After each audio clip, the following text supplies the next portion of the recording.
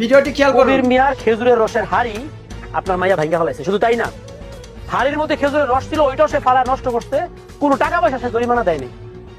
আপনি এখন এই মুহূর্তে খেজুরের রসের জরিমানা বাবদ 1000 টাকা কবির মিয়া হাতে দেন। দেন টাকা বার করে তার হাতে দেন। আমি টাকা দিব না। আরে আমার মায়ে একটা হাড়ি কিল দিগা, ওর যদি পুরা খেজুর গাছটা কাটটা ফালাই যায়, আমি একটা টাকা জরিমানা দিব না। আয় চল। এই খান, আপনি টাকা দিবেন না মানে? আপনার জরিমানার জন্য যে 1000 টাকার কথা বলছি, সে 1000 টাকা থেকে একটা টাকা কম দিয়ে আপনি এখান থেকে যাইতে পারবেন না। আপনি কি মনে করছেন, আপনি যদি এখন জরিমানার টাকা না দেন, গ্রামের মানুষজন নিয়ে আপনারে আমি খেজুর গাছের গোড়ার মধ্যে বাইন্দা ফেলে দিব। কি তোর এত বড় সাহস, তুই আমারে খেজুর গাছের সাথে বান্ধা রাখার কথা কথা তোর?